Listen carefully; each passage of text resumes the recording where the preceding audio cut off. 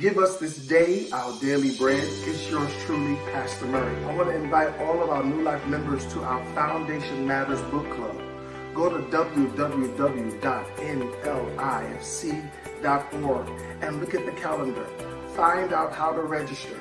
You can use your Bible app to track your progress through YouVerse. We'll dialogue week to week, and we'll meet at the end of the month to talk about the chapters we read.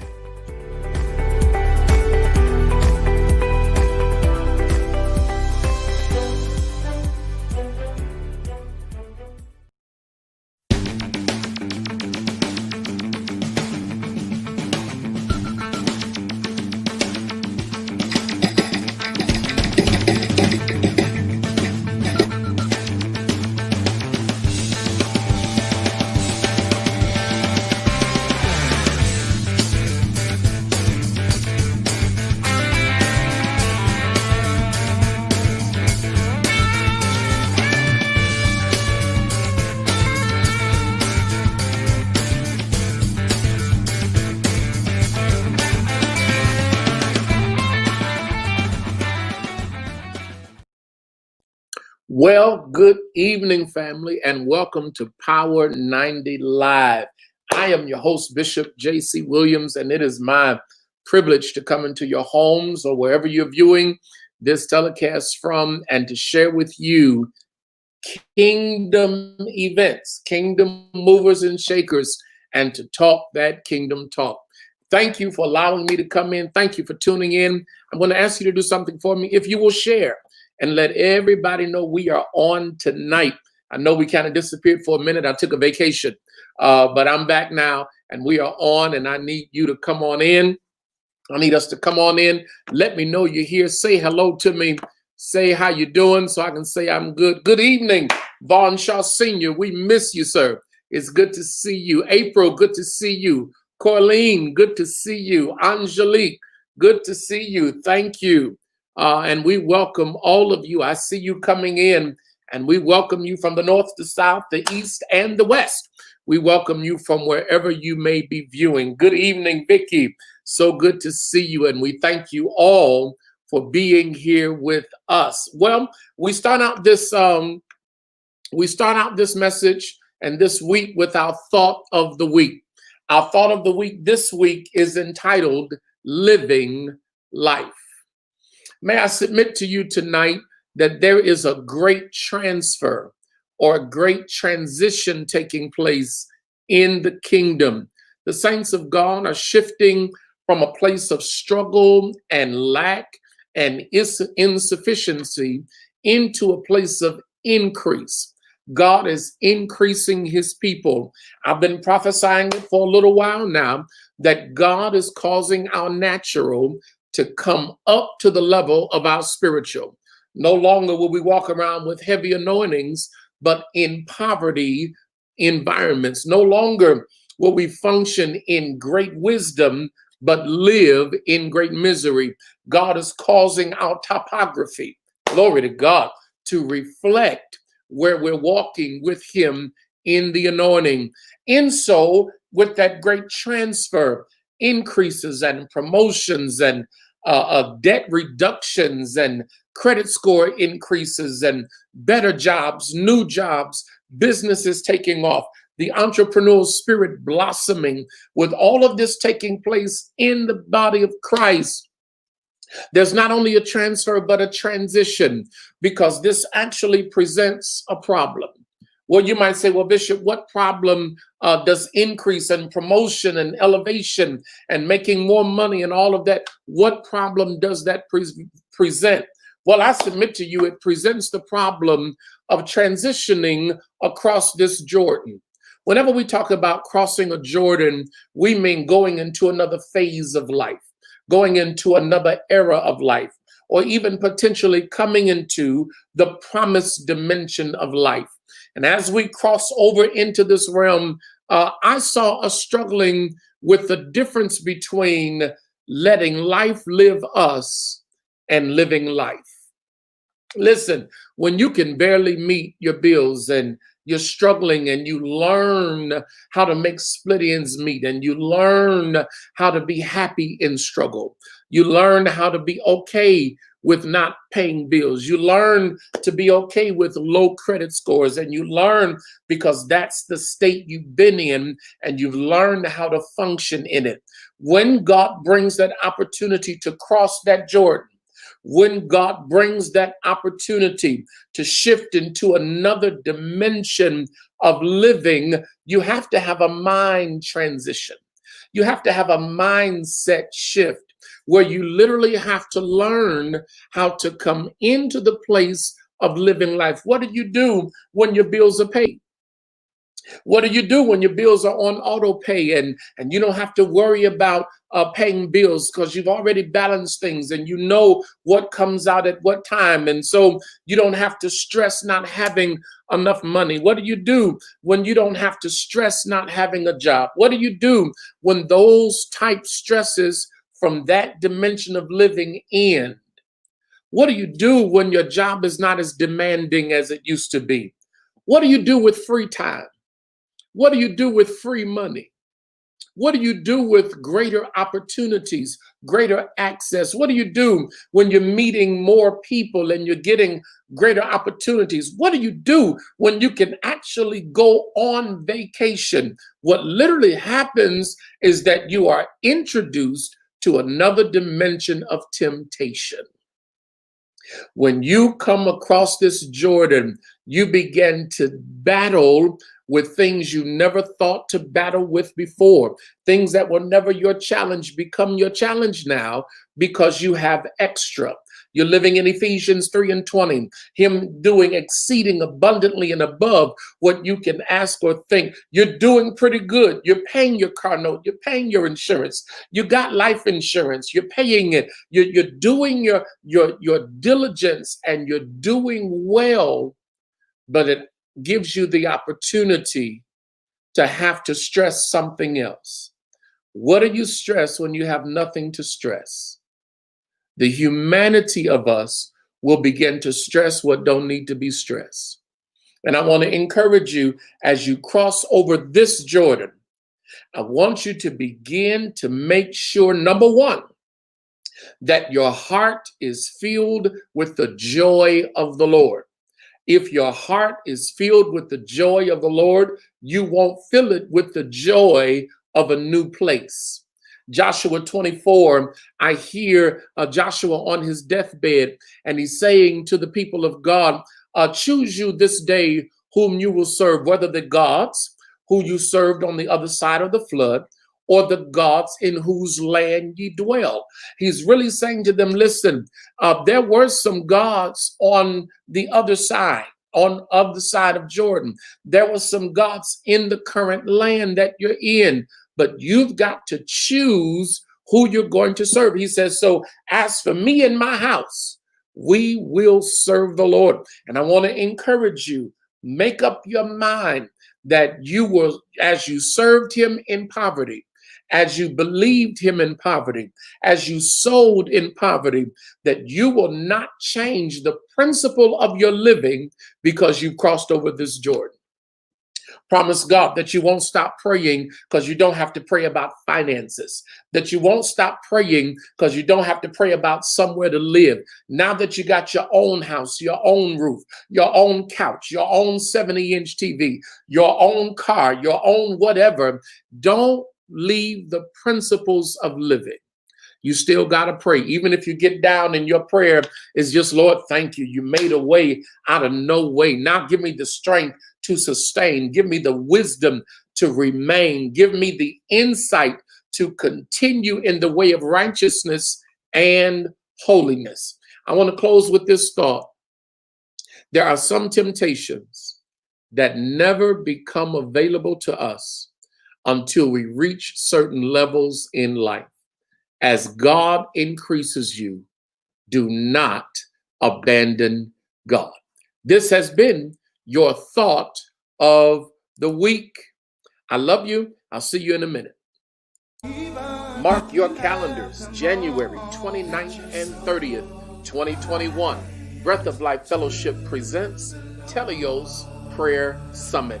It's going to be a time in prayer and intercession. Whatever you're doing, cancel it. and meet us at Breath of Life Fellowship, Telios Prayer Summit. See you there. Yes, family, that's the Breath of Life Fellowship Prayer Summit. We do it every year, and this year we have changed the name to Telios. It means mature and complete, as God brings us to a more mature place in our prayer and a more complete place in our prayer life. I'm excited about this year. It's going to be January 29th and 30th. Let me give you some insights. That's the only save your date, but let me give you some insight into what's going to happen. All services are going to be at the Covenant Cathedral. Yes, 1700 Corey Boulevard, where the Pastor Quincy Lavelle Carswell II is the senior pastor. And I'm excited that Friday night at 7:30, we're going to have the Issachar worship encounter. And we're going to have 5 very powerful intercessors and prophets who are going to preach from the subject matter, what time is it? Yes, if you want to know what time it is in the spirit, the sons of Issachar were those who knew the times and knew what Israel should do. And we're going to come Friday night at 7:30, and we're going to find out what time it is and what we ought to be doing. Yes, 1700 Corey Boulevard. And then Friday night, everybody say Friday night. Friday night at 11 p.m., we're having a midnight cry. Yes, we're coming together at 11 p.m. and we're going to pull on a midnight glory. We're going to pull on a midnight anointing, and we are going to pray. I have 8 people praying for strategic areas. We're going to cry out to God from 11 p.m. until we get done. 1700 Corey Boulevard. We are going to be there. And then on Saturday morning at 10 a.m., Saturday morning at 10 a.m. is going to be our freshman class of the Prayer University. Yes, we have launched a prayer university, and I have some of the foremost voices in prayer in this hour and in this region coming to us to teach us about prayer. This is not remedial level. This is not beginner level. This is Prayer University. This is the freshman class. Next year will be sophomoring, on and on. But this is the freshman class. You want to get in on it. And then on Saturday afternoon at 3 p.m., we're going to meet on the steps of the Porter Sanford, the Porter Sanford building, arts and entertainment building. And we're going to pray at 3 p.m. for our community. We're going to call the community together. We're going to stand outside on the steps and we're going to pray. I have community leaders coming to lead us in prayer. It's going to be a phenomenal weekend. 4 layers of prayer. Intercession, and we're going from intercession to lamentation. We're going from lamenting to education. We're going from education to community prayer.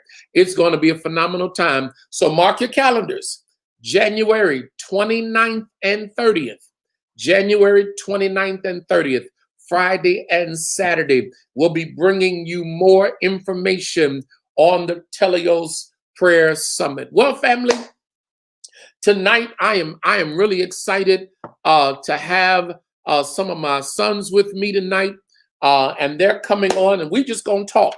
And if there's something that you'd like for us to talk about, if there's a subject matter that you'd like to hear a man's perspective on, a young man, an older man, 2 younger men, and a little more seasoned man. I'm 47, and I'm happy about it. But if you have something that you'd like to hear a man's perspective on, type it in the comments, and we're going to bring them right in. But just before I bring them, let me also share with you that Sunday, December 27th, the Sunday after Christmas, is going to be a special Christmas with New Life service. I am so excited about it. Christmas with New Life at 11:45 a.m. If you can get to New Life, come on. If you can't, make sure you're live and online. Even the prayer revival is going to be live and online, and we'll tell you about registration and everything. But for Christmas with New Life, I want you to come on in, and I want you to be a part of this very special expression. Yes, we're going to have some special things from our youth. We're going to have some special things from our adults, and I'm going to be preaching a special message. And I want you to be there or to be tuned in to experience and encounter Christmas with New Life. And then come December 31st. Yes, then come December 31st, New Year's Eve celebration. You know how we do it. We're starting at 9 p.m. and we're going to praise until we get done. We're going to dance until we get done. We are coming out of 2020. And if there was ever a year that we have looked forward to coming out of, it is 2020. I got a word from God, and I cannot wait for our watch night, our New Year's Eve celebration service. So it's going to be Thursday nights, 9 p.m. We're starting exactly at 9 p.m. and I want you to be our guest. We're going to bring you in until we can't get nobody else in, but we will also be live on that night. All right. So I want to bring my sons on now. I have two of my sons and I'm excited about them being here. The Pastor Terrell Murray, Minister Donald Burrell. Let's see if I can get them in here. There we go. That is, let me get them so you can see their names. There you go. Pastor Terrell Murray and Minister Donald Burrell. Welcome, gentlemen. Great evening. Great evening. How y'all doing? God bless you, Bishop. I'm well. Excellent. All is well. I'm excited about us coming together, and I wanted our first conversation to really, and y'all see the echo, but I wanted our first conversation to actually be about Man Talk University. Man Talk University is what we have put together. New Life men have put it together, and we come together periodically to talk and discuss man matters in a safe place. We come and we fuss and we, I ain't gonna say we cry because I'm not giving all that out, but we come together and we unplug, we share, we encourage each other, we strengthen each other. And one of the things that blesses me the most about it is that you get to discover that you're not the only one struggling in what you're struggling in. You get to discover that you're not the only one that's frustrated or even battling, that marriage comes with issues and it's not personal, it's marriage, that growth comes with challenges, that family comes with challenges. And so many times we are isolated to think that it's just us and it's just me going through this and don't nobody understand. And we already internalize and we cry silently and all of that. And we put a smile on our face. But Man Talk University is a time for us to come together and just exhale. And that is coming up December 26th. I intentionally picked the day after Christmas. December 26th, that is a Saturday at 8 p.m. 8 p.m. we are going to do Man Talk University. And I am really, really excited about it because it is going to help us. And I have a flyer. I'm going to put it up in just a second.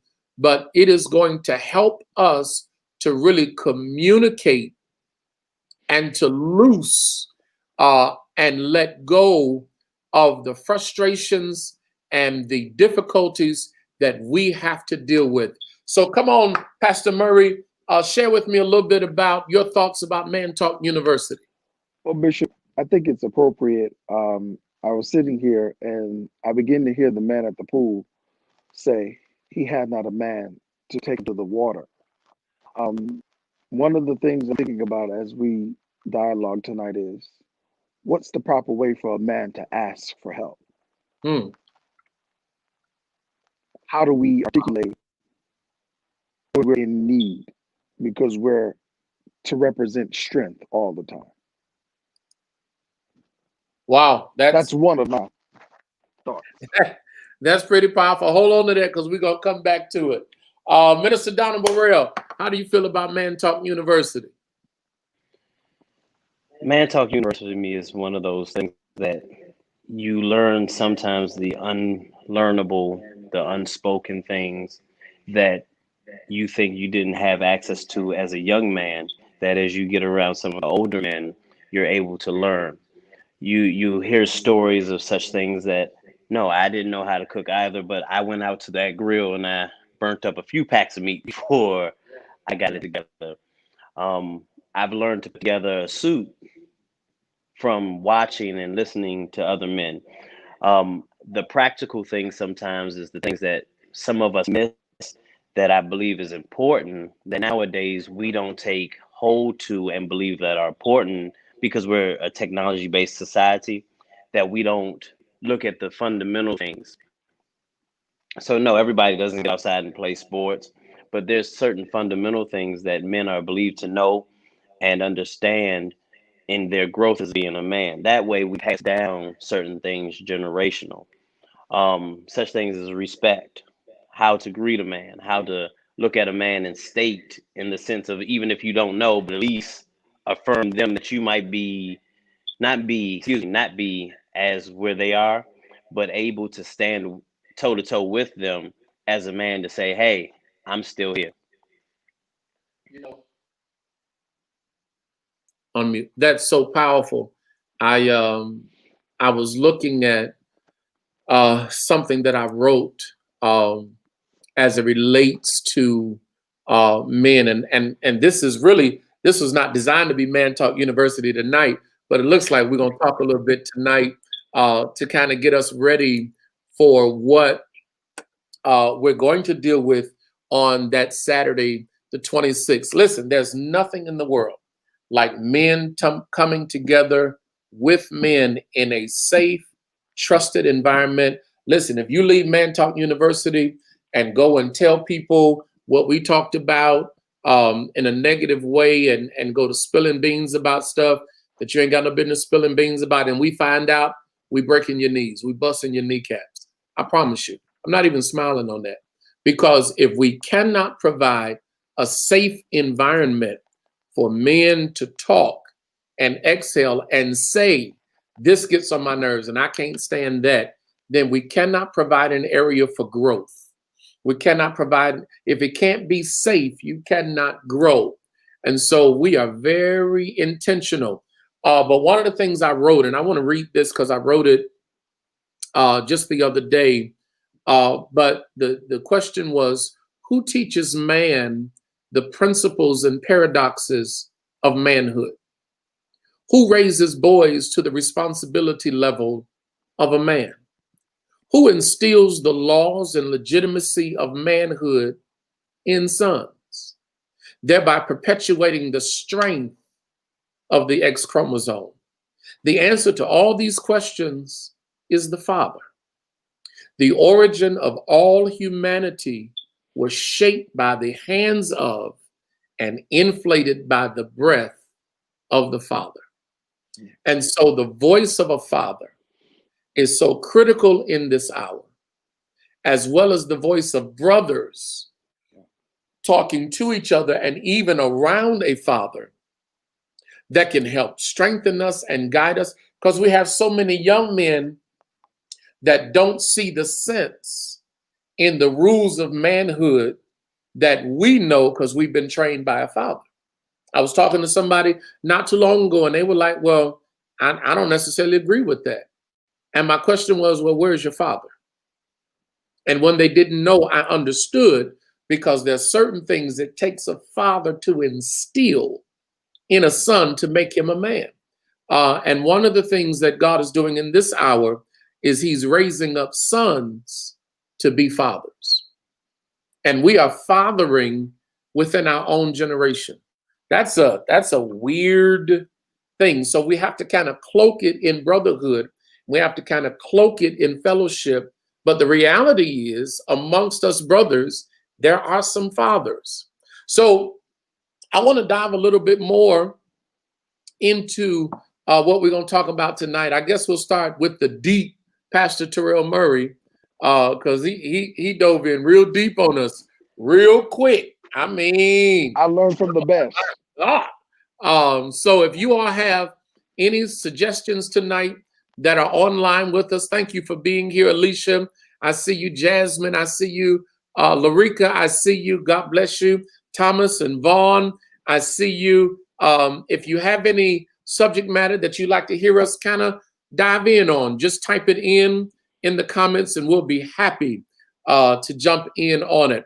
So, Pastor Murray, come back again and tell us. Let's start your thought. Let's go with your thought and Well, put some meat on you the done bone. dug another well and tapped something else, so I'm trying to hold it. But you mentioned the spirit of the Father. I wrote my Morehouse entrance paper, and my thesis was the child is the father of the man. And Wow. it's an anonymous author, but it's an old adage that speaks to in every man there's a desire to raise a son or to raise up a child. And in the infancy of who we are, we want somebody to look up to. And then even in our adulthood, there's an innate part of us that wants to pour back into. And it transcends time and age. And so I think one of the things I am grateful to have in you is a father. You're more than just our pastor. For me, from 18 to 35, you have taken me from what I thought was manhood and showed me through example as well as study what manhood it really is. And I'm still learning. And so I say once, I'll say it again. Thank you. I'll start there. Thank you. Thank you for helping the child part of me become the man part of me so that the father part of me can emerge so that I can begin to pour. Wow. That's my first part. So how to Well, dug another well. Because you trying to make my eyes sweat, and they're not gonna sweat tonight. But let me dive in on a question. What's your thoughts of a mother raising a son? What are your thoughts on a mother raising a son?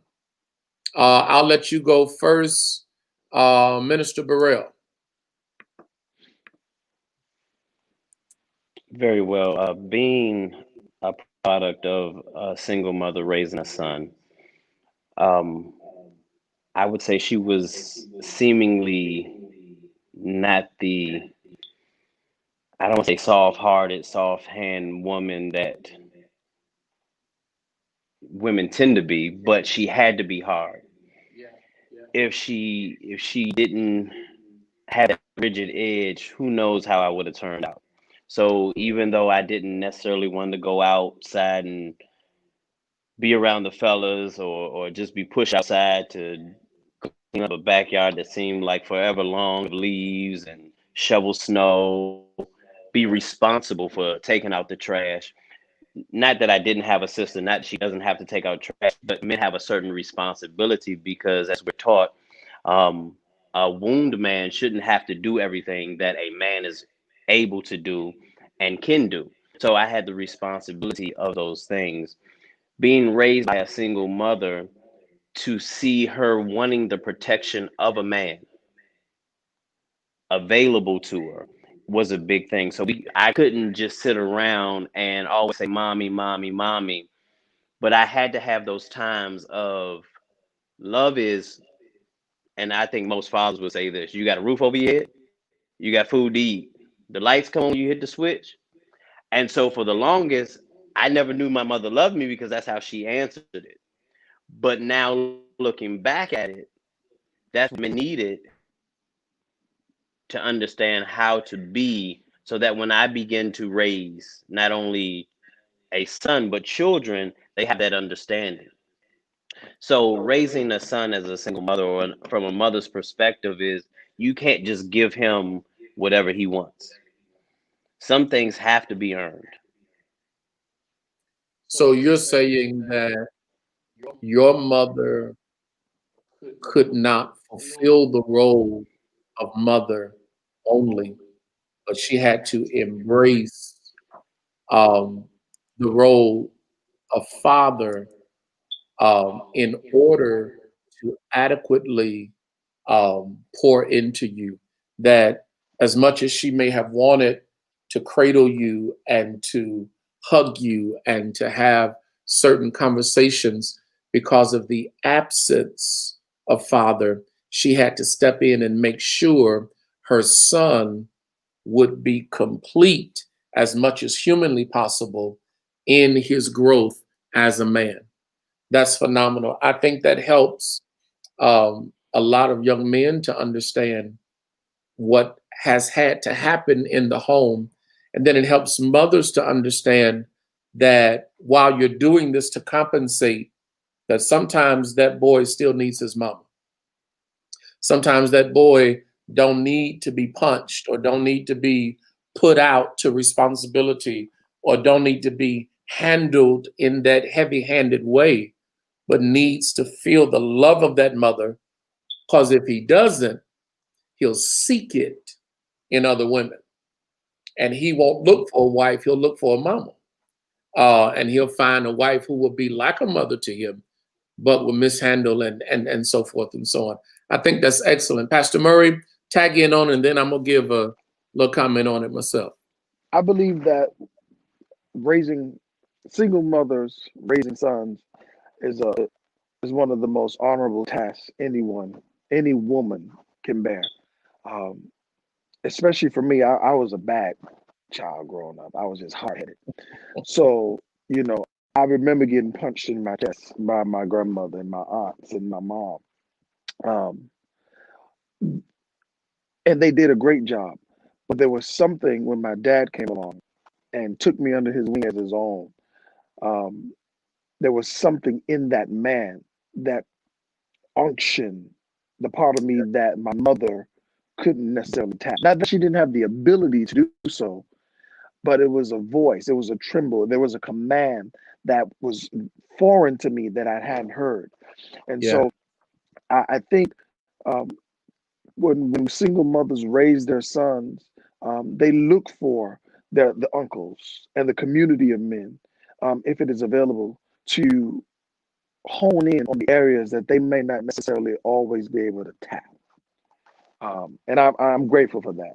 I'm truly grateful for what the sacrifices she made, but also being vulnerable enough to say, hey, I need help in this area.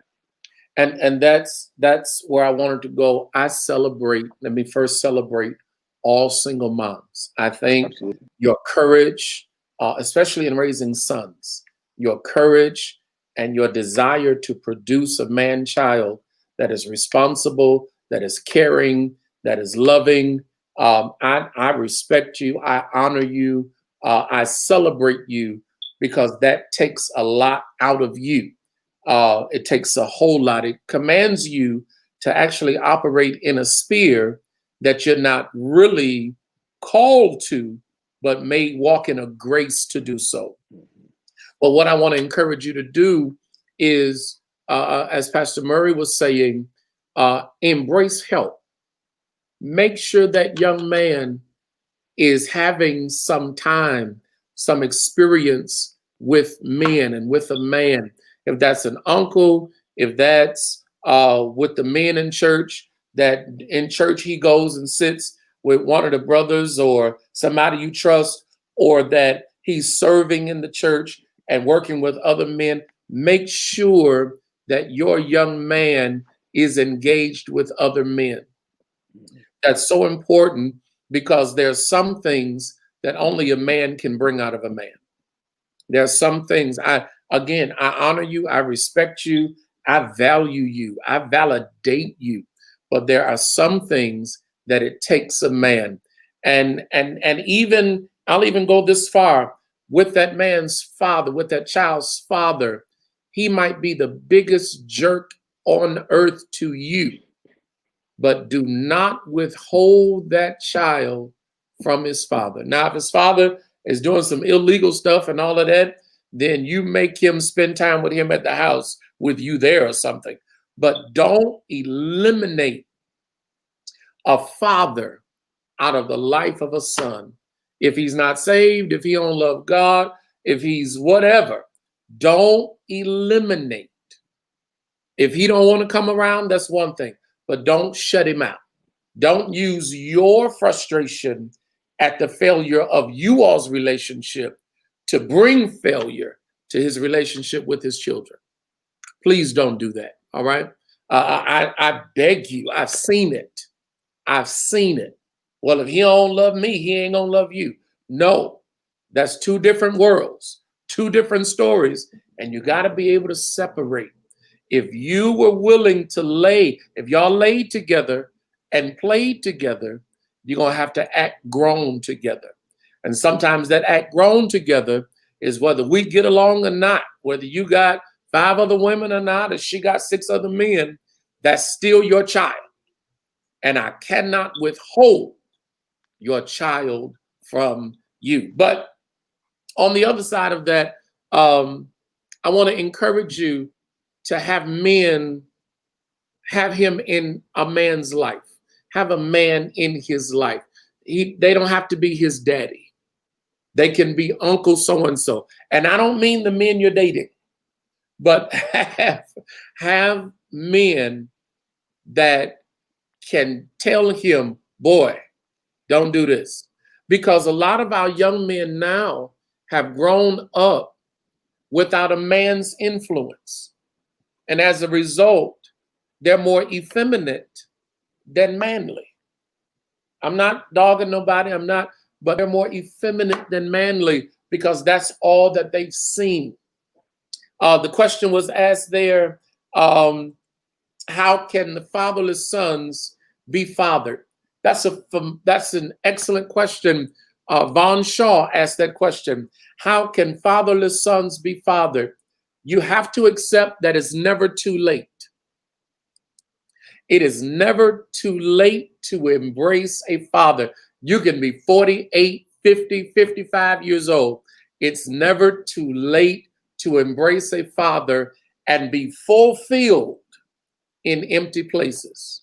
All right. So if that's a spiritual father, if that's a godfather, whatever that is, don't reject fatherhood because you are a father, or don't reject fatherhood because you feel like you're too old.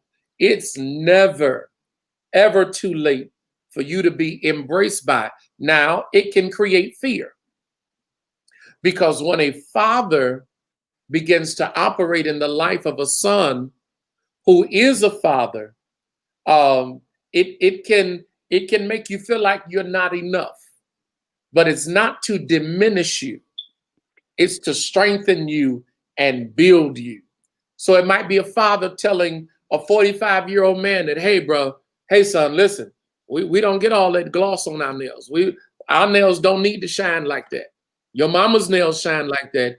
You get them buffed, or you might get a layer of clear, but don't get them gels and your nails looking that pretty. You're a man. That ain't how we present ourselves. Well, where is that written? No, that's the code of the X chromosome. That's the law of manhood. And if you have not been trained and brought up in that, it's still never too late to be told that. I told somebody the other day, don't ever let me see that on your fingers again. And he was a grown man, but because I'm a father in my spirit, I told him, and I said, now, if you call me dad, if you call me your spiritual father, then take what I'm saying to you. I'm not trying to diminish you. I'm not trying to eliminate your freedom. I'm not trying to take away what you want to do. I'm showing you that this is what is and what is not what we do.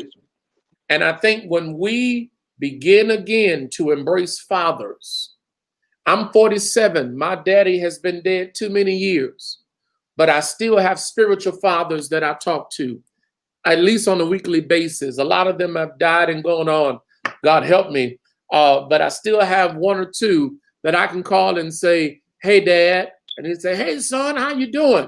And he's going to say, how's your wife? How's your family? How's the church? How are you resting? How are you sleeping? What's your goals? What's your plans? What are you thinking about? What are you praying about? What you studying? What's on your... And I just be like, man, but it's such a relief to be able to spill my guts to somebody who's going to cover me and who cares about me.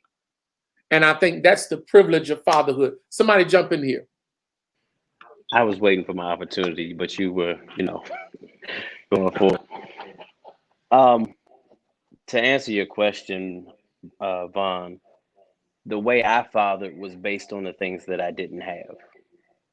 So my father didn't show up to my basketball, football, um, school events. I now pride myself on doing that because those things meant the world to me, but yet he didn't have enough time to fit me in his world to show some signs of support.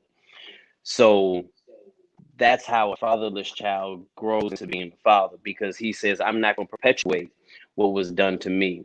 So I'm going to be the generational curse breaker. We always hear in church, oh, I'm a generational curse breaker. We don't look at the things that we actually break. That doesn't have to be super deep, super spiritual, but some of the natural things, some of the things of, let me just text and say, I love you. What does that hurt? As a man to a son, man to a daughter that's going to try to find a man, it's something big. Because if you never say to your daughter or your son, I love you, there comes an illegal void that can be filled by something that's not right. And then now you want to question him and be hard on him or her at that point. And it's like, you never did your part to fill it. So if you do, as we call, preventive maintenance, some of this stuff can be broken. So that's my answer to how a fatherless son can become a father, because there's certain things as a son you don't want to happen to your seed, and so you try to prevent that in these cases. Now, is doing everything that you didn't get an answer? Probably not. But if you're putting forth an effort to at least to know that child, it then gives you the propensity to feel it and ensure that they don't have to be fatherless either. That's incredible. That's a phenomenal insight. Thank you for that, Pastor Murray. I think also what's critical is there is a communication going on. There's some um, duality, if you will, and it's hinges on vulnerability. Um, and for us, that can be difficult, right? Um, the father has to be vulnerable enough to take in a son that's not his, Yeah. or a father has to be vulnerable enough to recommit to the son that may be biologically his in areas that he may have fallen short. Good. But then also that child or that son, daughter, has to be vulnerable enough to say, I'm willing to try. In moments of transparency for me, when I had the opportunity to meet my biological father the first time at 21, my one request was be consistent. I didn't care about the past. I didn't care about what happened, who shot John, or what was said. I just needed you to be consistent. Um, and so that's all I wanted. That was my vulnerable moment. And I think if we tap into that level of vulnerability, there can be great progress in building the relationship. I think about something that we teach in premarital counseling that I think applies in fatherhood and sonship, and that is, you can be the best husband to your mother and fail at your wife. And the way that principle transfers is, you can be the best father to your father and fail at your son. Because what commands the father to act is the need of the son. And so if the son doesn't have needs in certain areas, and you're filling the areas where they don't have need, and you're so busy filling the unneeded areas that you're not filling the needed areas, you're still creating a void. So I think we have to listen to our kids. We have to pay attention. There are times Jerron comes around me, and there are times he'll walk by and be like, hey, Dad. I'd be like, hey, son, how was your day? And as he's walking, he'd be like, oh, it was good. Then there are times Jerron will come in the house and walk over to me and embrace me and kiss me on the forehead and say, hey, Dad, and sit down and start talking to me. It's in those moments that I have to stop whatever I'm doing and engage him. I can't say, well, you ain't had nothing to say to me yesterday, so don't say nothing to me today. No, I'm the father. So when I see him open, then I'm like, well, man, what's going on?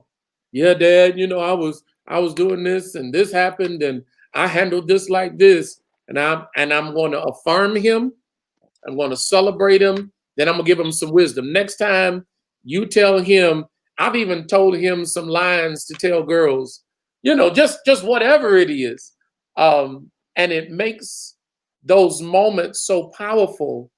Those are moments you cannot always create. You have to embrace them when they come. And I want to encourage all fathers and even mothers who are listening tonight. When your children start opening up to you, stop. You ain't doing nothing that important. Get off the phone. Get away from your phone. Pause and give them ear. Don't tell them to go shut up, because when you want them to talk to you, they're going to hear go shut up and sit down. No, you let them express themselves and give them that attention so that when they need to talk, they have a platform. They are comfortable in talking to you. So I love when Jerron does that. Jerron is busier than me. But when I used to have to drive him to school before he got his driver's license, that hour and 10-minute ride always started in prayer. I would pray, and then he would pray.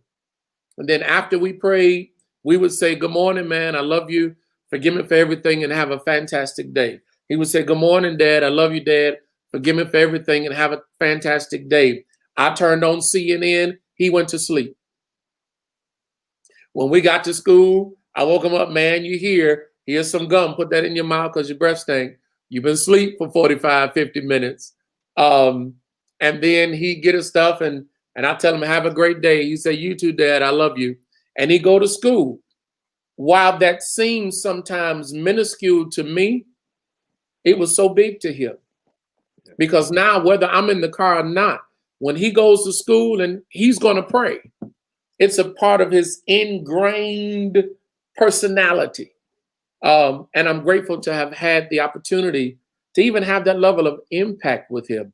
And so we have to do those things. We have to love them. We have to correct them. We have to rebuke them, but don't always be the source of rebuke.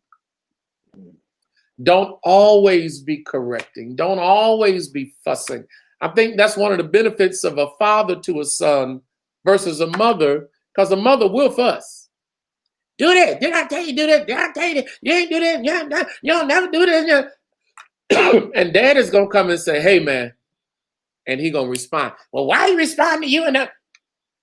There's a different frequency that we operate on. And I've even told mothers, stop fussing so much.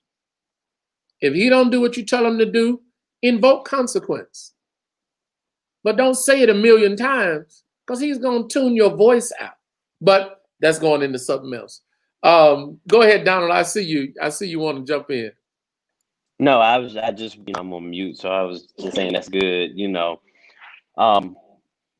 This is good because ultimately we don't have the platform to talk to men or women like this, because these are ancient things that's not relevant anymore. So inundated with our feelings that we're just like, you can't do that.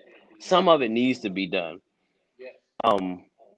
Gold was just laid on anything. It had to go through a fire. It had to go through a beaten up process. Iron, same thing. It had to go through a beaten up process to be something. So we can't just think everything is, and I have to take this from Ron Clark, everything is not going to be done in a coddling way. I can't coddle the entire way. There's going to have to be bump your head so you can see. And the older generation would say it like this: you don't believe me that the stove is hot? Touch it and see. It's not that they were trying to scare you, but until you believe, I can't help you with it. And so some things, yes, you have to be the opposite of who you are in certain things. So I'll take the correction one. As my kids have told the old school, I'll give a 3.5 lecture for something that's not that important. But the reality is, yes, I have to come off of that side too, and we'll sit in the floor and play. will jump on me and try to beat me up, and then I'll run and chase you and beat you up until I'll tickle you until. So it's the same thing. But yes, those things are important in the growth, not just, I want to say children, but even adults. We don't learn anything. I don't want to just relegate this to church, but we don't learn some things on our jobs until we've been written up. We're on final written warning and saying, don't do this again or else. They didn't patty cake it, and they understood where you were coming from, but you had to have the consequence to get the lesson to go ahead and progress beyond that. So listen, I'm all here. I'm here for all of this. Yes, sir. That's excellent. David Watkins, I believe from Connecticut. Yes, from Connecticut, assistant pastor at the St. John's Full Gospel Church. We must also create effective men's ministries within our churches that can foster manly and integrous atmospheres for men to grow in. I wholeheartedly agree with that. I think the church has a role to play in the development of the family, not just of the spiritual aspects, but of the natural also. In fact, one of our themes is serving the whole man. I believe that church is supposed to do that. Now, Mia Chigumira raises the question, what can the church do to bridge the gap to men, specifically Black men, when more and more are associating church with racial oppression? I think, and I want to dive right in on this, I think that is a trick of the enemy to keep men from their strength. There are many churches that have men's ministries that find it difficult to get the brothers to participate in. We busy, we got schedules, and sometimes we're so busy that we don't plan to be strengthened. We don't plan to be encouraged. We don't plan to be built. So I think it's critical, and I want to encourage every man to embrace the ministries of your church, the men's ministry, men's fellowship, whether it's breakfast or running around the park or going bowling or whatever the men are doing. Embrace that. I encourage the couples, embrace the couples ministries. I embrace the children, embrace the children's ministries. I encourage you to embrace what your church has to offer. We're not doing it because we don't have nothing else to do. We're doing it in the name of strengthening and helping to build the institution of the family, because the old adage says, so go the family, so go the church. The family is an expression, the church is an expression of the state of the institution of the family. When the family is whole, the church is whole, community is whole. But when the family is in trouble, everything, the school, the church, the community, everything is in trouble. So I certainly encourage that. Donald Burrell, Adonis said, "Hi, Dad." I just thought I'd put that up there to make you smile. Let's see. Do I have any other questions? Okay. Bishop. Yes, sir. Can I chime in real quick? Please do. To Mia Chigumira's question, sometimes as men, we feel as though these off days we have to rest. And sometimes we have to understand that rest isn't just sitting back, laying back in a lazy boy, doing nothing. Sometimes it's going to a gun range, going to the bowling alley, going to the gym. But as men, when we have voices, we tend not to voice them. So even in the churches, if that's a thing that we're looking to help evolve, sometimes you have to interject your own thing and pull together 2 or 3 of the brothers that's going to go. In 2021, I'm going to get better with my social media postings, but put it out there. If you have a men's group, put it out. Hey, me, Bishop, and Terrell went to the Waffle House. We talked for 8 hours.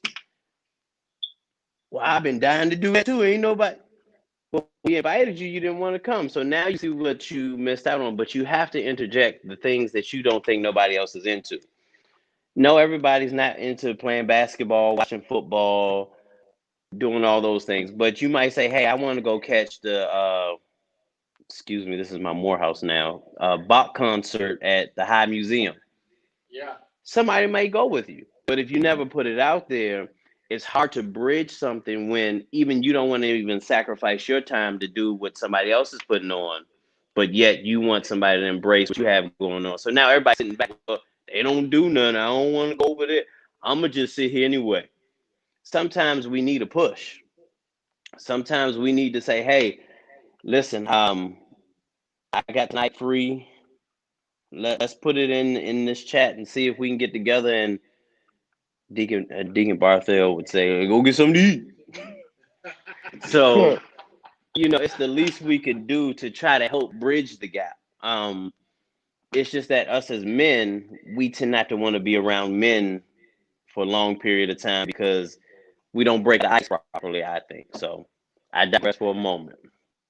That's very powerful. I think we don't need 100 men to fellowship. Sometimes the three of us or another group of three, or if somebody puts out, hey, going to the bowling alley at 3 o'clock. If you're interested, meet me there. And not be hurt when you're bowling by yourself. Not take that out on the whole church and, well, New Life don't hardly ever want to support nothing. So, all right. No, that ain't a church issue. That's your personal, you put yourself out there and you got your little feelings hurt because then nobody show up. Well, I've done that many times. But sometimes it's the two people that I had a Zoom call with a brother the other day, and the ability to communicate and share, man, he was on there weeping.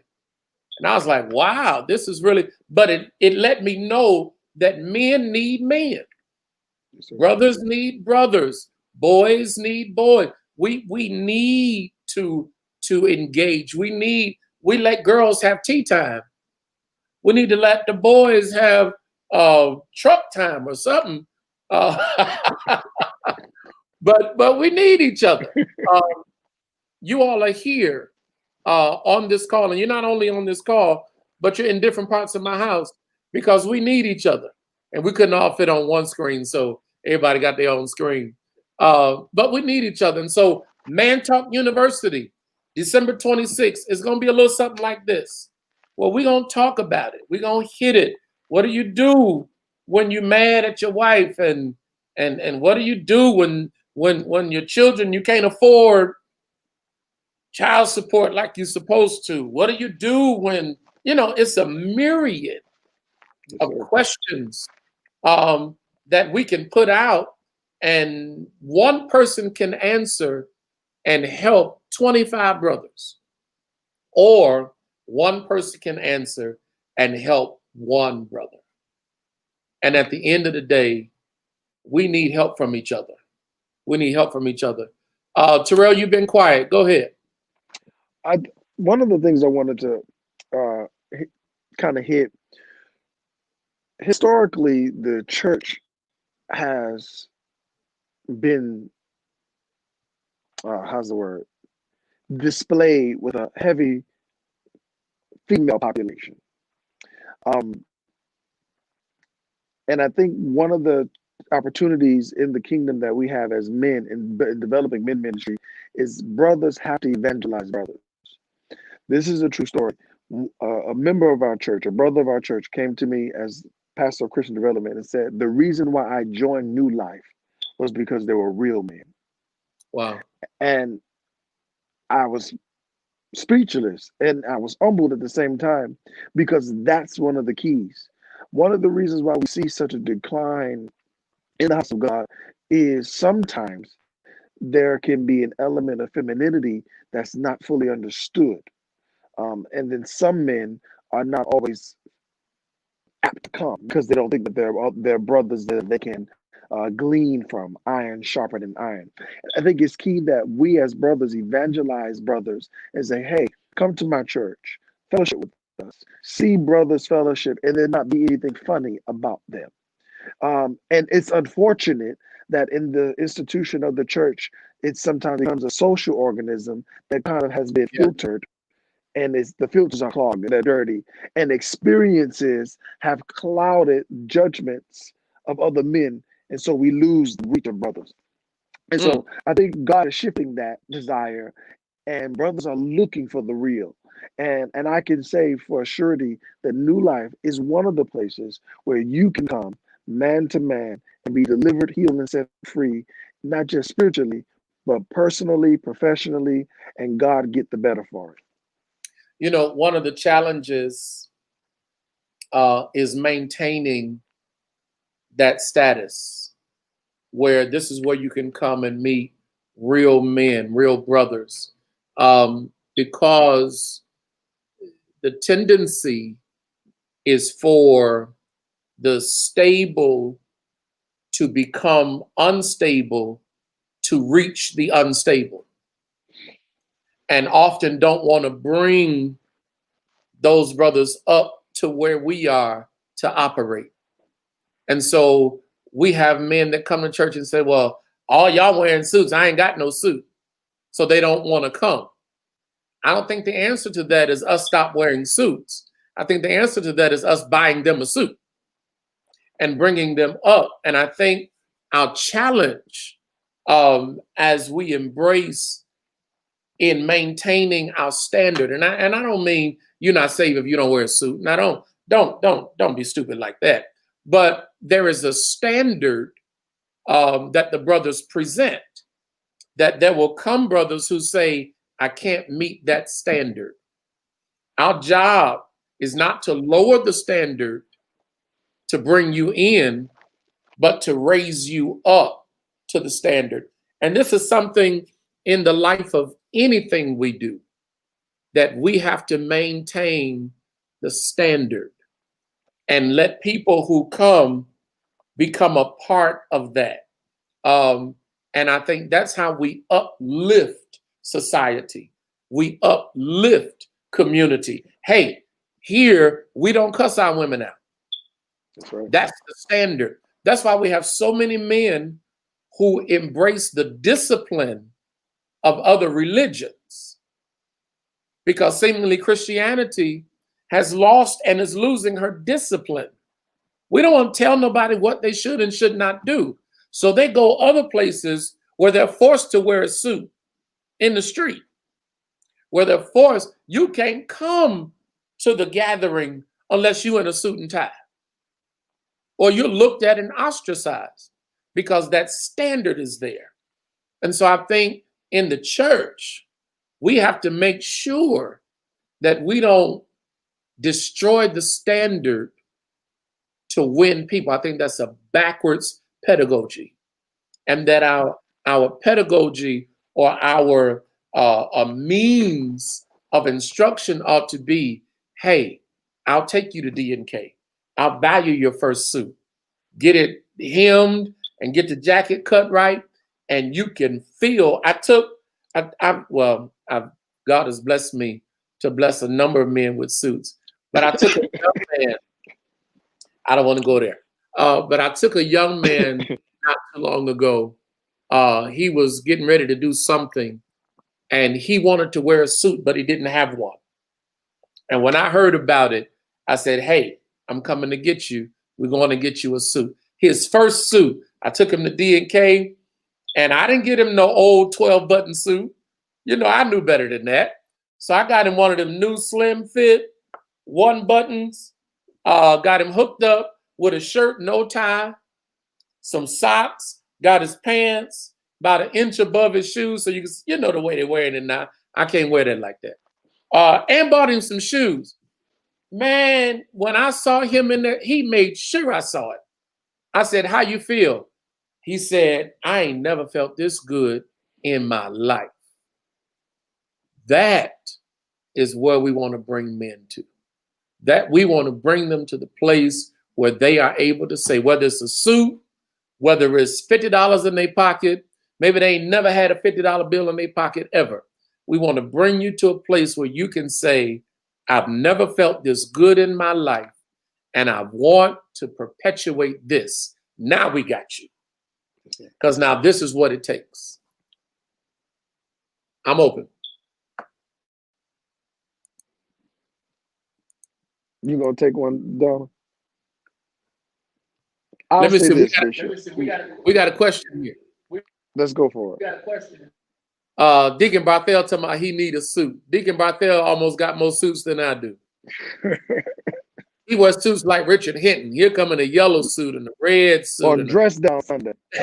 On dress down Sunday. Coming there with a black suit with white striping. I'm like, what are you doing? Come down the center aisle. Y'all let Deacon Barthel come down that side. I'm messing with you, Deacon. We love you. Let me see.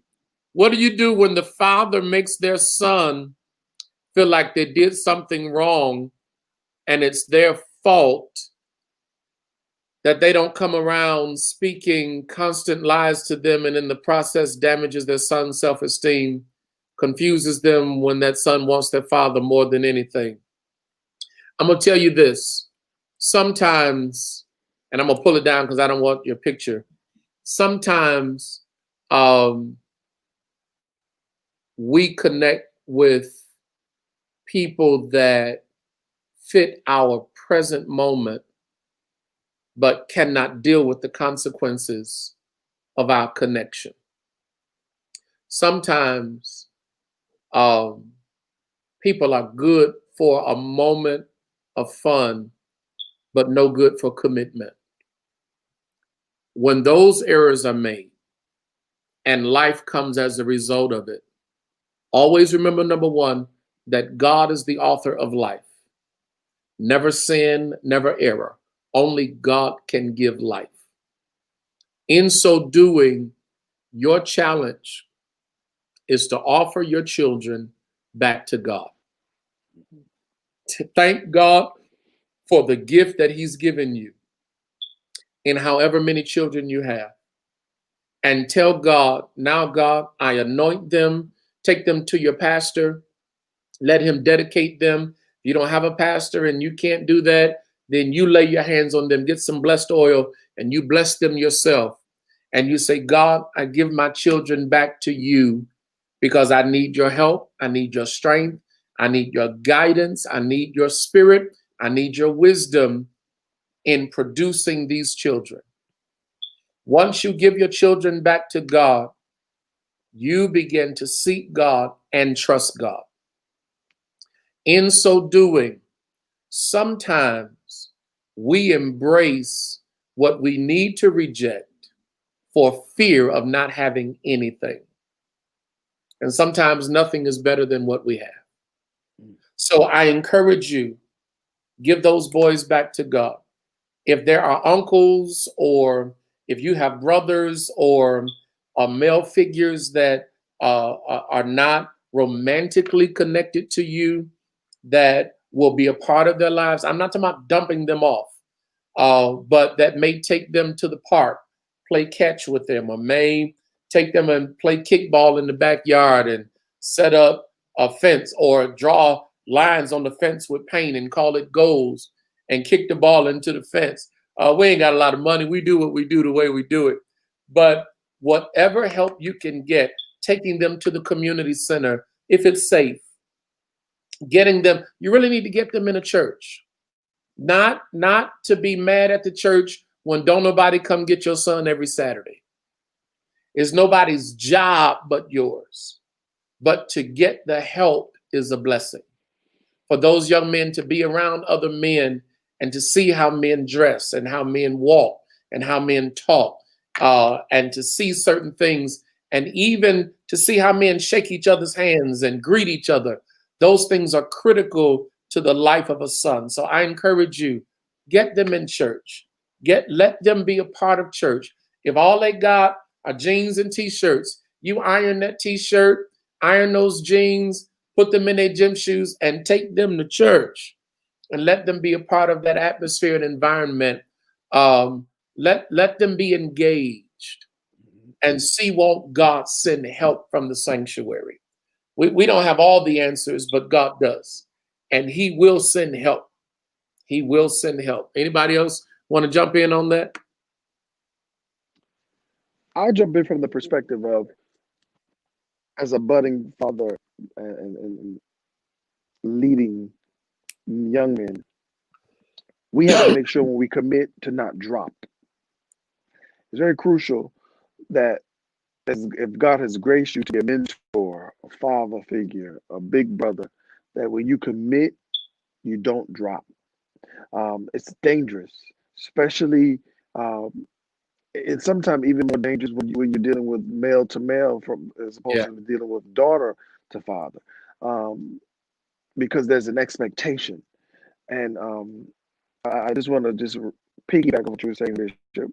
Whomever that uncle, that big brother, that deacon, that elder may be, make sure that when you commit and you don't drop. I'll chime in. I forgot Adonis. Hey man, I forgot to do that. Hey man, you should be asleep, but very well. I didn't see it all, but I want to say it should say. I want to say dispel the lies. You have to get that junk out of there and fill it with good. As both Pastor Terrell and Bishop Williams said, men mostly see. So you have to get them around or get those sons around men that they can see so they can see how to be, see things that ought to be doing. And hear men then refilling them with good. You are good. You were meant to be here. You are here on purpose. You are here for purpose. You are here with purpose. You are loved. You are a good man. You're not uneducated. You are the epitome of education. Your intelligentsia, you have to fill them with that stuff.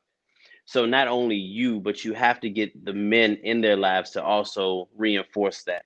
Because I can't think of the movie, but they had some things in a glass, and as they filled it up with good stuff, maybe Bishop, you did this example somewhere, but you started filling it with good, and you noticed that all the bad started uprooting and then coming out, and then you had a cylinder glass or whatever it was filled with those good things that was poured in or dumped in. So you have to get those things uprooted and out of there. So it can begin with you ensuring them that lies that they are holding to are not true. And then also, like they were saying, get the men in their lives to reinforce that. It sounds simple, and I know some of us don't want to let go of control in certain areas, but there's certain things that you have to be vulnerable enough to believe in the process and in during the process, and then those things shall dispel themselves and other things shall flourish. That's so powerful. That's so powerful. Listen, I just looked at my watch. We are well over time. But when men get together and start talking, this is time flies because we literally heal each other. We encourage each other. We strengthen each other. So I want to toss in one more question, and I'm going to let Pastor Murray handle this one. This question is, how do you help a husband whose father died when he was a young boy, being raised by women alone, often told he was cursed?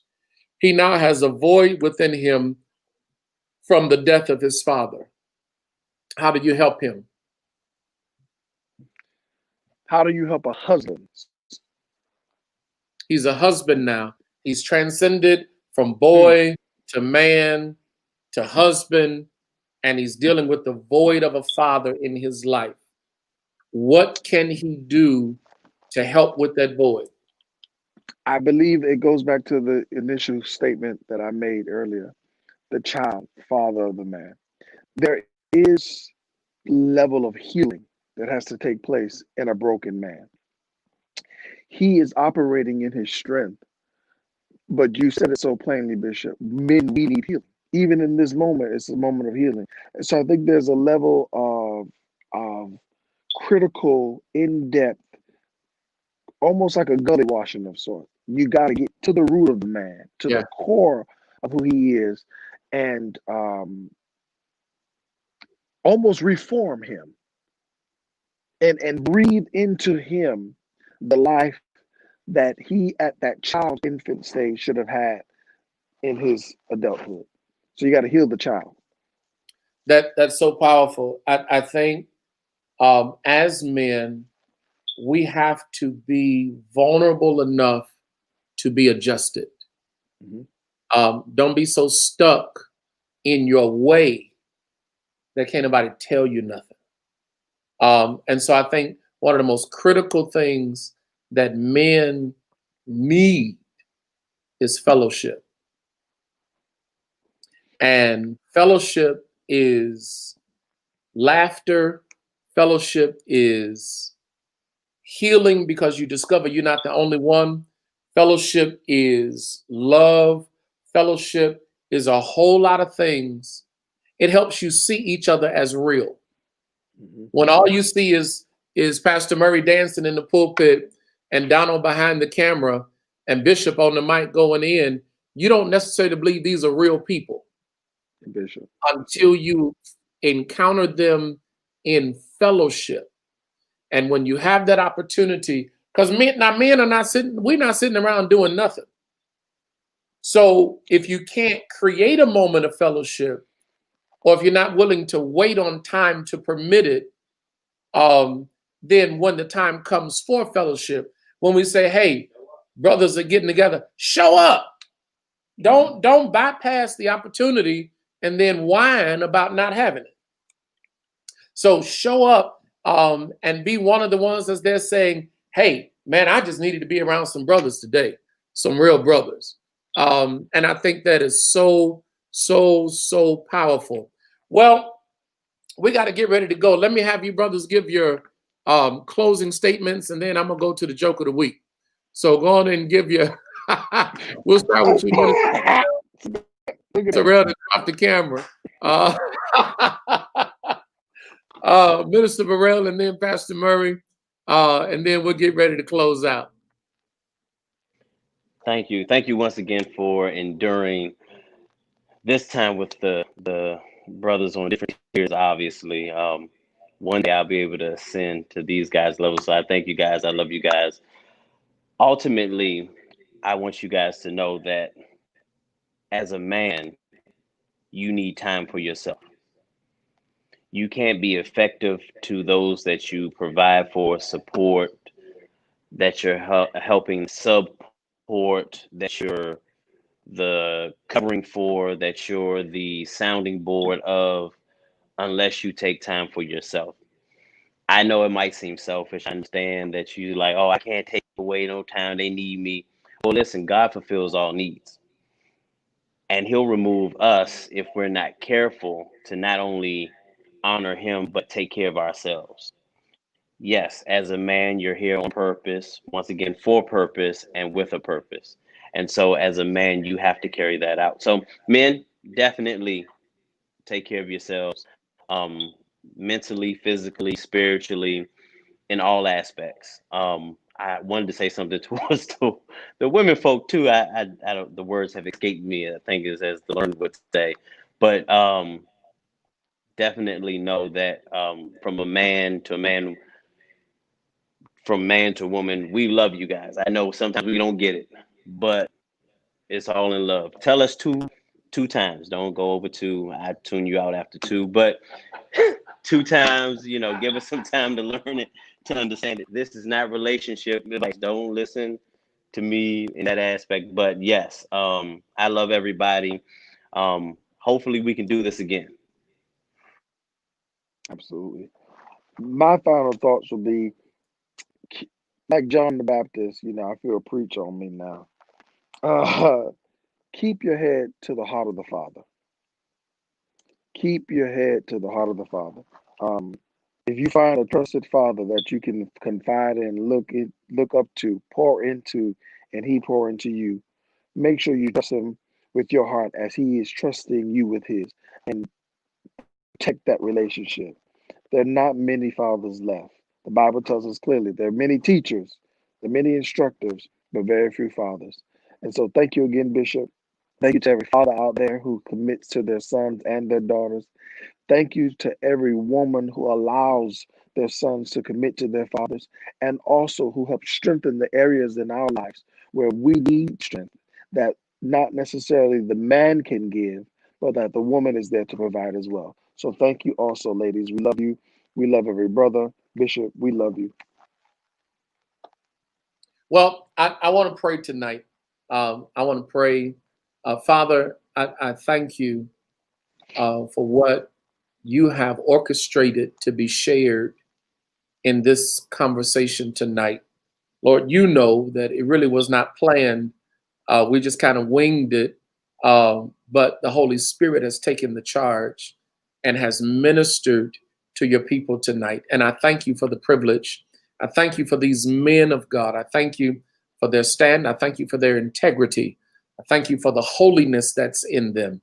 And I thank you for the manhood that is strong in them. God, I pray for every single mother now who's raising sons.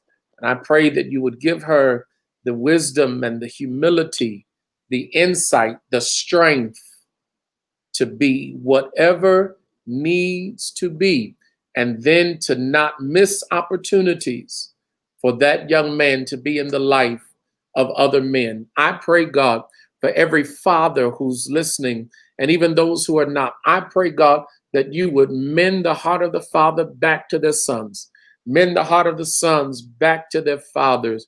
God, I pray for start over moments.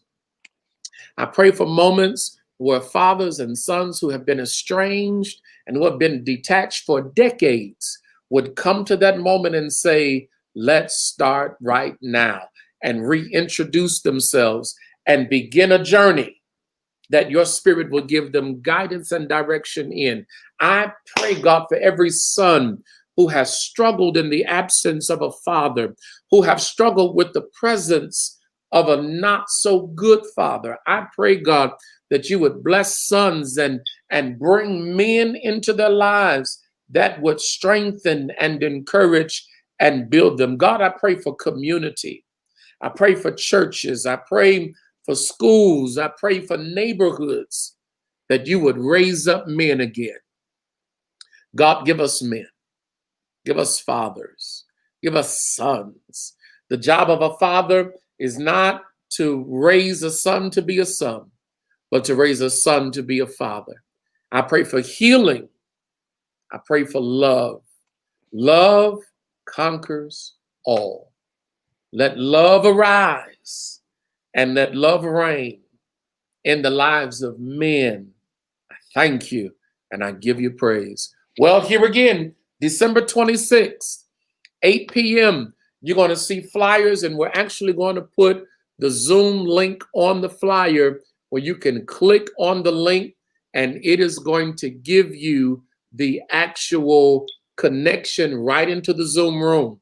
And we're going to conversate and converse. We're going to talk about intentional topics. We're going to have input, and I want you to be a part of this. We're going to do this at least 4 times in 2021. But I also, and this is news breaking, I also want to tell the women, we're going to have a woman's talk with Dad. Yes, I'm going to come on and sit with all of the women who will join me on a Zoom call. And we're going to answer your questions. I might bring a couple of brothers with me just for support and strength, but we're going to be there and talk to you, because sometimes a woman needs to know how a man thinks.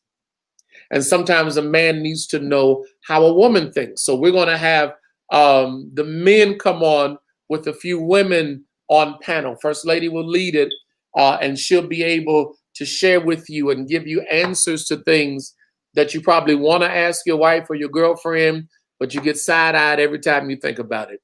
So we're going to be there, and we're going to try to provide more insight and social information to build families and to strengthen relationships. Well, I love you. Thank y'all so much for tuning in tonight. Here is our joke of the week, and we're out of here. Our 4th grader celebrated his birthday on crutches. Celebrated his birthday on crutches. So he couldn't carry the cupcakes into school without help. So I asked our 6th grader Noah to help his brother carry them in. I could, he said, but I prefer not to. Spotting a teaching moment, my husband asked Noah, now what would Jesus do? If Jesus' brother was on crutches and couldn't carry the cupcakes in for his birthday and asked you for help, what would Jesus do? Noah thought for a moment and answered, Jesus would heal him so he could carry his own cupcakes. I love y'all. Y'all have a phenomenal night. I look forward to seeing you Sunday, 11:45 a.m. for Sunday worship. I love you. Good night.